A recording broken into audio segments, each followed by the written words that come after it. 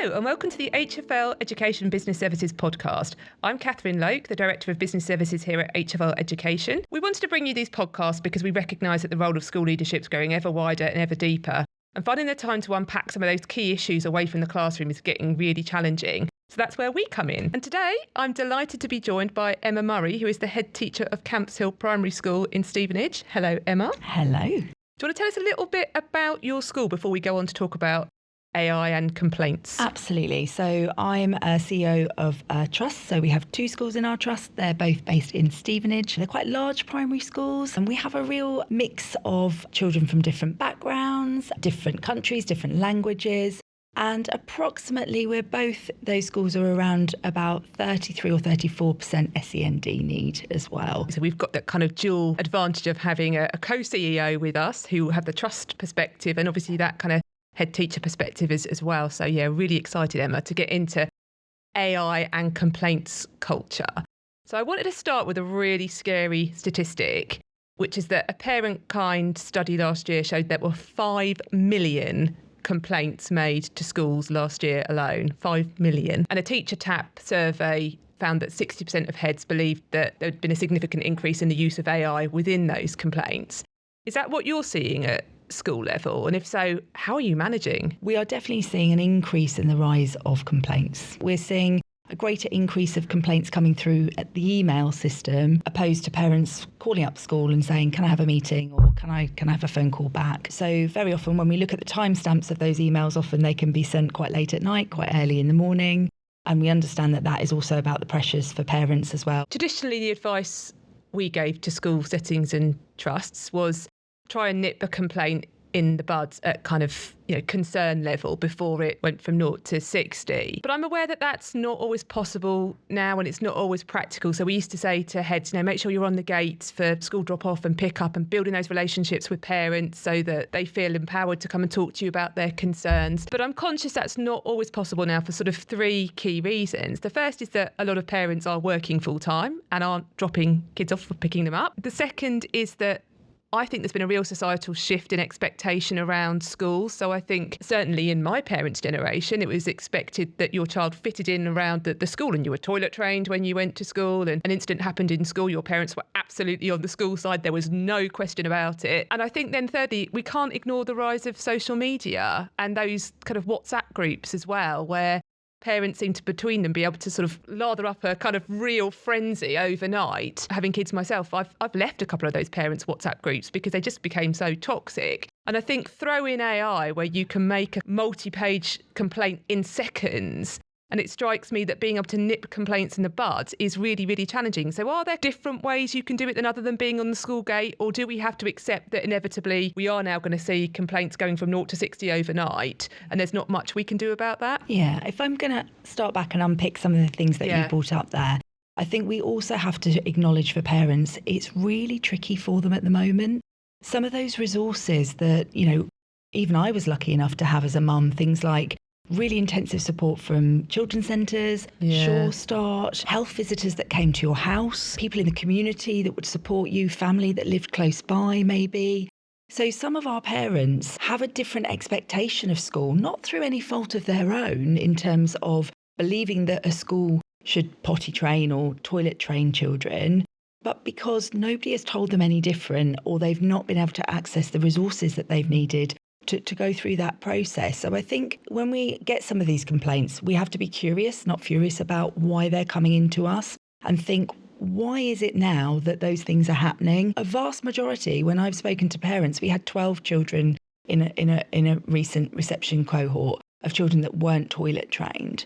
And actually, when you spoke to the parent desperately wanted to do it, but just didn't have the resources or the awareness or the understanding that actually developmentally that was what should be done. So I think, again, we need to think about the resources that parents have access to and the message that comes out, not just on social media, but the news. As schools, we were told that we might need to start brushing children's teeth every morning.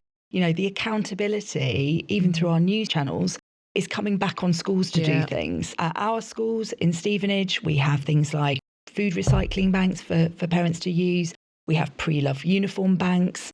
I know at the school I'm the head teacher of, we have a toy bank for some of our parents that need that little bit of extra support. with things like birthdays and Christmases.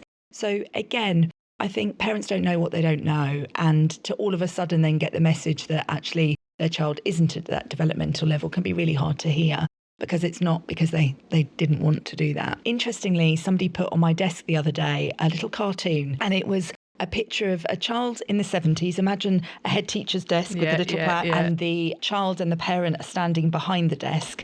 And the parent is waggling their finger at the child saying, why did you do this? You know, this is your fault. And then it fast forwarded it to the present day, and the same desk, the same head teacher, the same parent, same child, but the finger was pointed towards the head teacher. The perception sometimes of schools have shifted. In the same way we think about behaviour, and a lot of us have moved away from behaviour policies to relationship policies, again, some of the language that we use around complaints is not helpful. What would happen if all of us had listening policies as opposed to complaints policies? Yeah. Because it is that layer of listening. Had an email from a parent today, wanted to raise a concern about something that happened at school. What was our first instinct? Rather than pinging the email back, it was to pick up the phone. And again, I think building those relationships is really important. I don't always get out the gate. I try and get on the gate at least 3 times a week. But actually what I do is I really strive to build those relationships. I go and have lunch in my preschool so I can meet my children. I'm out there to say goodbye, and I remember things about children, so that when we have to have those conversations with parents, there is already some coins in that relational piggy bank. And every head and every school is going to do that differently. But again, a child goes home with a sticker. We're all busy people. But to pick up the phone to that parent and say, I'm stood here with your child. They've done the most amazing bit of work. You know, it is about trying to get those coins in the bank. That doesn't always work. We do have AI complaints. I had 27 from one parent in 1 week, and all AI generated. And actually, it was really tricky to get to the crux of what that complaint was. And I think when you actually then talk to the parent about what that is, sometimes you're going to have different views on that, because we're very limited by the resources that we've got. And in my school, it's a big school. Those resources are shared by a lot of people. And it's really hard as a parent. You want your child to have the best that they can. And of course, that we want parents to be championing their children and their education. But again, I think AI can break down those relationships because it is very wordy. It often refers to legal guidance or legislation. That when you phone the parent and you say, look, you've listed that. Do you understand what this is? And they say, well, no, I don't even know what it is. And they're not always understanding how that can come across from the other side. But rather than using AI to respond to an AI complaint, sometimes it's just helpful to be able to pick up the phone and just say, right, just tell me, you've raised 41 points in this email. What's the thing that's the most important thing? What do you want to be resolved today? And then we'll work through the rest. And I think that humanity piece is really, really important. And it's interesting because I had cause to complain to an HS body last week. And I actually did use AI to try and help me with the complaint because it's not my comfort zone. But I'd like to think I use AI in a really balanced way. And it generated this complaint for me that was urgent and you must do this. And I was like, well, that's just going to alienate straight away. But I think my concern is genuine. And actually, you know, the GP were the ones that told me to complain. I said to AI, can you change the tone and make it not as confrontational? And it did that. But still, it's sort of an urgent complaint. And I think actually, in the end, I wrote it from scratch because it came from the heart. What I've found in that particular system is a lack of humanity, that decisions are being made on an administrative basis driven by a dashboard. And I think that's what education has that perhaps the health service doesn't have, that we are humans in education. And I think really building and optimising those human relationships is really, really key. 99.9999% of people that are working in those places are driven by a single factor, and that is to get the best outcomes for the child. They're already on your side.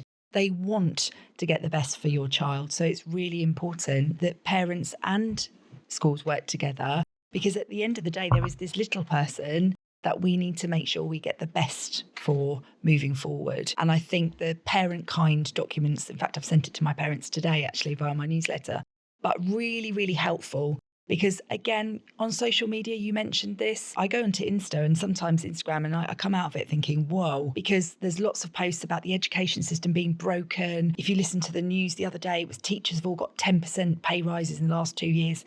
That's not true. There's a lot of fake news out there, but there's also a lot of people that are having very bad experiences. And we know that if we're looking at things like social media, if we're using words like disgusting, broken, damaged, that actually gets far more views than somebody that's saying, my child had a happy day today. My child's done an amazing thing at school today. I went to a fantastic colour run at my child's school today. And there was, when we do a colour run, there's normally about 1,500 people. Everybody comes. But that won't hit the social media. What will hit the Comet, our local newspaper, or what will hit the WhatsApp group with the parents is when we've got it wrong. So it is hard for parents as well, firstly, to feel that that channel is open, that they can raise a concern, because there are lots and lots of really valid concerns that parents will bring to us and say, I'm not sure about this, or this didn't happen. I had to apologise today. My gate was not open on time. Because we had a sleepover last night and we were very busy with the airbed blowing down. So it's also about the schools saying, actually, we have got it wrong, and meeting that parent. But I think where sometimes those relationships can be so tricky for some schools and some parents, it's really hard. And when you're receiving those 27 emails in a week, firstly, it takes away from the time to do your job, because ultimately you want to be there improving the outcomes for all of those children, including those children or that child that the concern or the complaint has been raised for. But it's very draining as well, because again, we came into the profession and stay in the profession because we want to make a difference. And I know I take it very personally if I felt that maybe the difference that I wanted to make for that child hasn't been recognised, or maybe I haven't been able to make it in the way that I wanted to. And I don't think I'm easily shockable, but I caught a video, and it was a Hertfordshire parent who was complaining about their school in some very ripe language, I have to say, but actually was monetising it. So it was, if I get this number of likes, I'll get X amount of money and then I can take this to the next step. And I was like, whoa, if we're starting to live in a world where people can monetise raising complaints with schools, what hope have we got? It's really challenging. Yeah, and I think it's also quite interesting. Facebook is a classic example of this, and I sit on many groups as a parent, so I see this coming up, is also parents don't really understand about sharing their child's information online. Yeah. If you're writing about your child and you're saying, I'm complaining about the school, my son's got XYZ diagnosis, they haven't done this, he's wet himself, he's done this, and then you're putting that onto a Facebook group, not anonymised, or you've named the school and you've named the year group so you can guess who it is. Actually, that has a real effect on the community. So other parents then wonder why you're putting your child's business on social media, particularly if your homeschool agreement, as ours does, says, bring it to the school. But also imagine that person being 18 and looking back on that and seeing that post, or a future employer searching for that surname and the name of the town and that popping up. Yep. And I think, again, people don't always, they are reacting in the moment, driven by this sometimes really toxic culture online. They're not thinking through, really, has my child given consent for me to put this online? Do I need my life broadcast, not just within my community, but further? It's a really tricky one.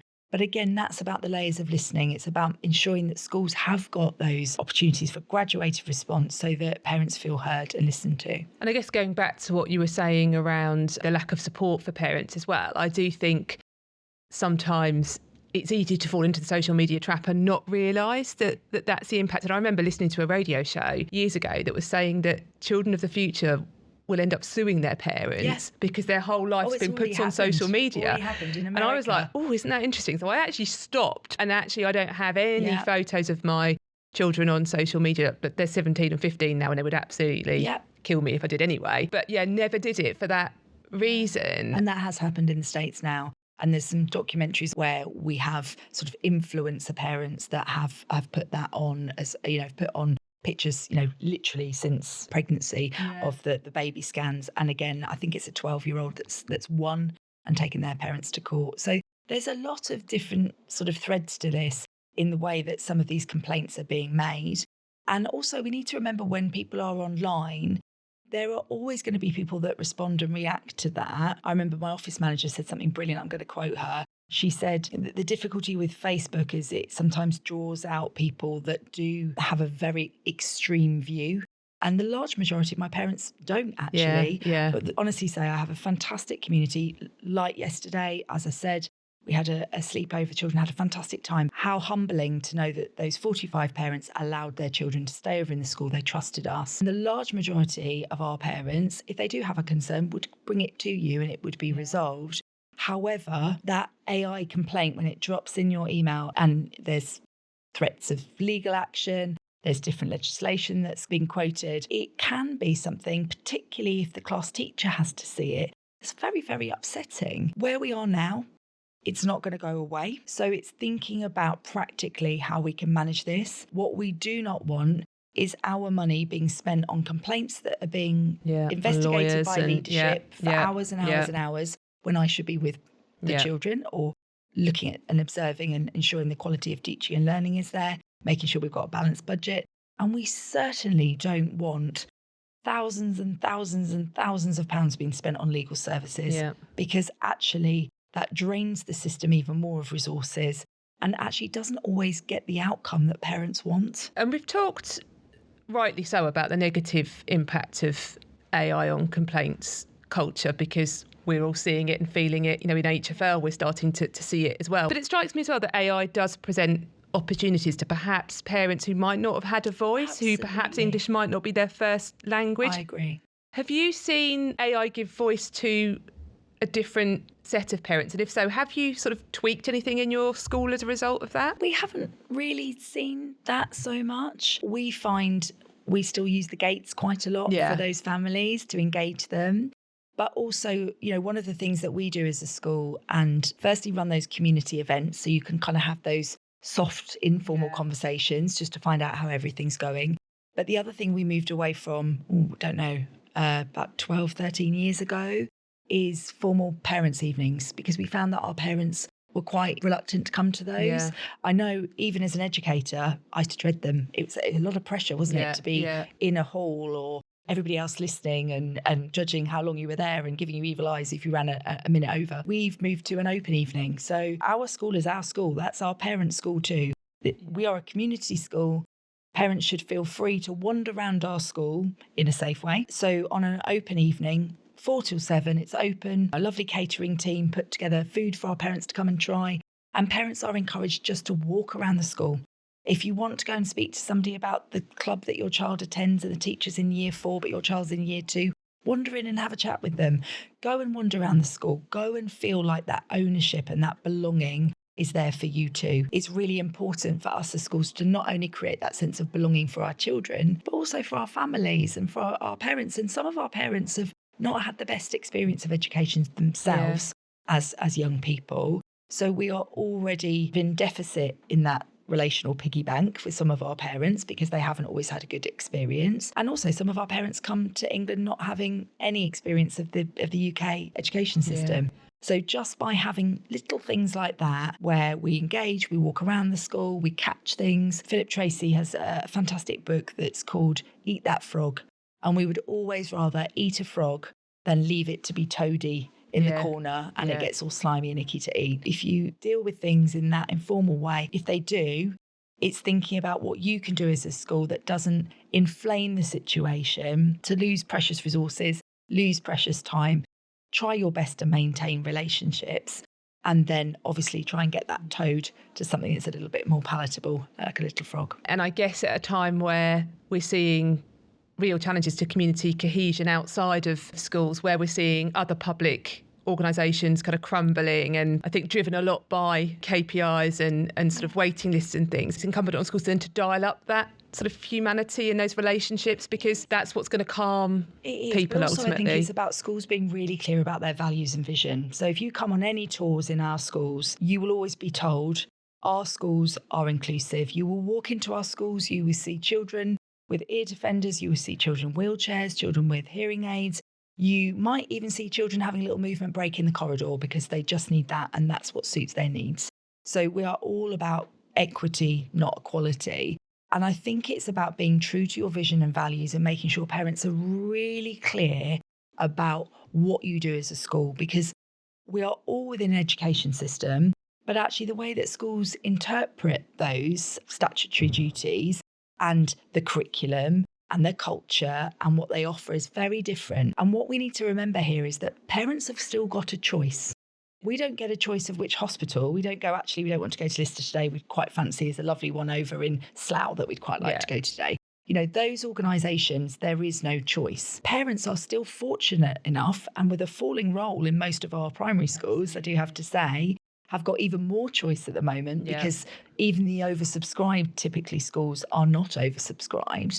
So it is about parents also doing their homework, because if I get complaints or if I get queries about parents coming to me and saying, well, actually, my child really needs to sit at the front, but the child that has got the visual impairment sits at the front, I've made it very, very clear that as part of our values of the school, that we are about giving children what they need, not about making sure that children have got everything that's exactly the same. Something like the organisations you're talking about, we don't always get that choice. So it does feel like we're being done to more.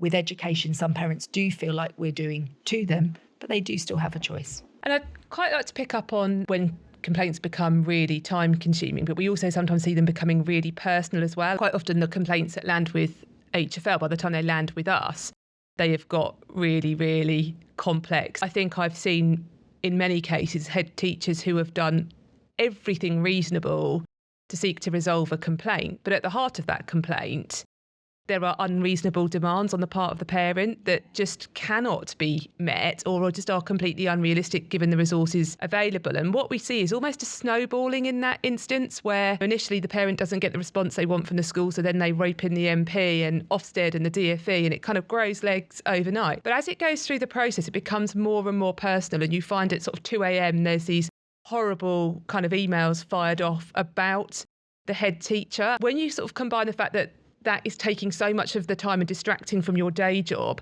and the personal nature of it, how on earth do you ensure your well-being? Part of that, and we sort of have a sort of unwritten rule as such, we call it our professional cloak.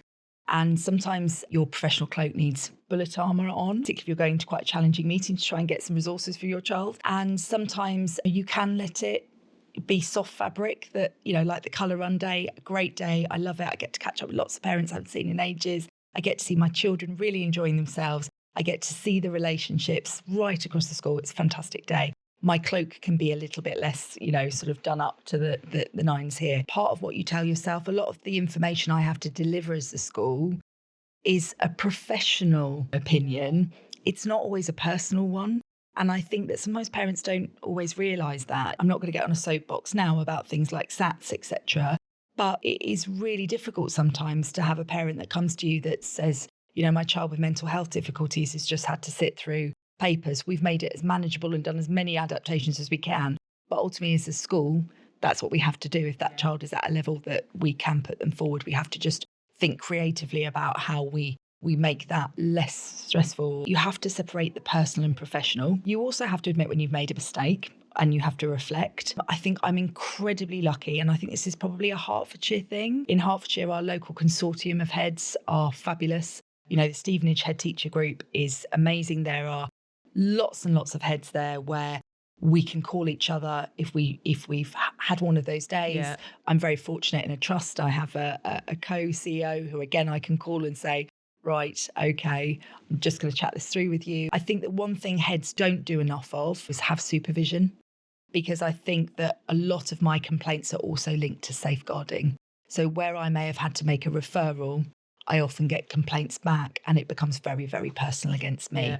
And parents don't understand that as schools, my job would be at risk if I didn't follow documents like keeping children safe in education and working together to safeguard children. Having those colleagues that understand that context, having those people of just saying, got a really difficult complaint at the moment, and having that person that goes, I know how that feels, you know, make sure this weekend you spend time with your family, because sometimes these complaints take up the whole weekend. If you're prioritising, you've got assemblies, you've got lots of things, you know, that are going on this SATs week.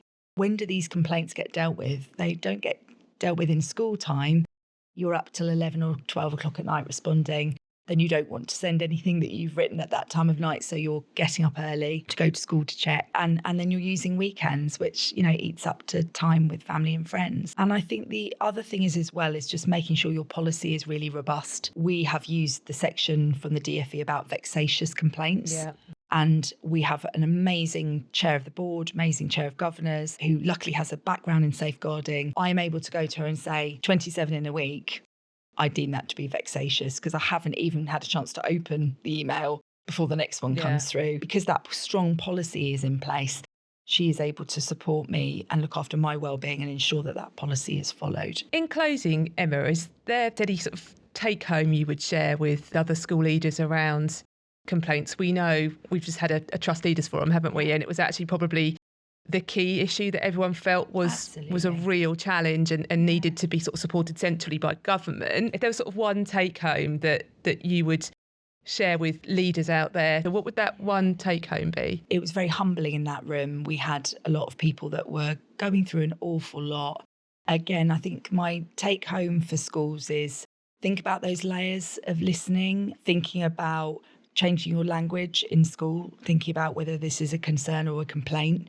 I think the take home for the government is to ensure that where schools have got that policy in place, that they're not doing anything to override those policies. So if you can put in a complaint without having evidence like an outcome letter that you have gone through that school's policy and the various graduated response to that concern or complaint, that to me is worrying, because we do have parents that will make a complaint without the substance behind it or without ever going to the school. So it's really important that I think the government support that.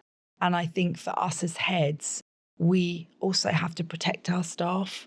Staff are doing more and more in schools with less. They are championing children. They are wanting to be there because they want to make a difference. And they spend more time with your child than they do with their own children at home. We all have the same purpose. So just approach the school. If you've got a concern, deal with it when it's a frog. Don't just sit there and worry about it. And then one day it feels like it's too big to manage. Just come and speak to us. And again, if you're not getting the response, go through the graduated response. That's why it's there. Because an Ofsted complaint can easily sap 2 weeks of my work. And actually, when it was a completely unsubstantiated, untrue complaint, that's a lot of time our children are never going to get back. So just have a think. Always ask if needed. Fantastic. Emma, thank you so much for giving up your time. You do make a huge difference, which is exactly why we asked you to come on the podcast, because you really are an inspiration to our community. So thank you for giving up your time. If you have enjoyed this podcast, do like and subscribe, and we will see you on next week's episode. Thank you.